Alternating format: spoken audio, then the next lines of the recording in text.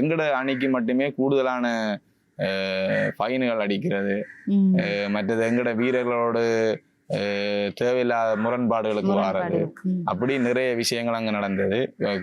சில சில இதுகள்ல இப்ப நான் 7 வருடங்களாக தேசிய அணி விளையாடியதால் நிறைய பேர் என்ன தெரியும். அப்ப நான் அவங்களோட கதைச்சு அவங்க சொல்ல இல்லை நெர்சன் அப்படி 1 மில்லியன் சொல்லுவாங்க. ஆனா உண்மையிலேயே மேனேஜரோட வந்து கதைச்சா மேனேஜ் சொல்லி இந்த இன்றைக்கு இந்த வீரருக்கு 1 லட்சம் ரூபாய் ஃபைன் அடிச்சிருக்கிறாங்க, 24 மேட்ச்ல ஆடையிலாண்டு இவருக்கு ஃபைன் அடிச்சிருக்கிறாங்க, ரெட் கார்டு பிளேயருக்கு 2 மேட்சுக்கு தான் இது பெர்மிஷன், ஆனா 3 மேட்சுக்கு ஃபைன் அடிச்சுக்கிறாங்க. அப்படி அப்படி சில மென்டாலிட்டி அங்களை வீழ்த்தணும்னா அவங்க நினைச்சது.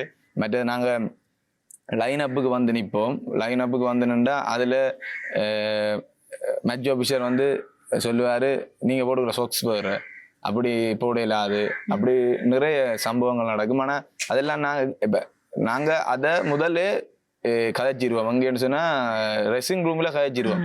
இப்படி எல்லாம் நடக்கும். ஆனா அதுக்கெல்லாம் நீங்க மனதளவிலையும் சோர்ந்துடாதீங்க, விளையாடத்தான் போகணும், விளையாடி வந்துட்டோம், விளையாடி முடிச்சுட்டு தான் போகணும்.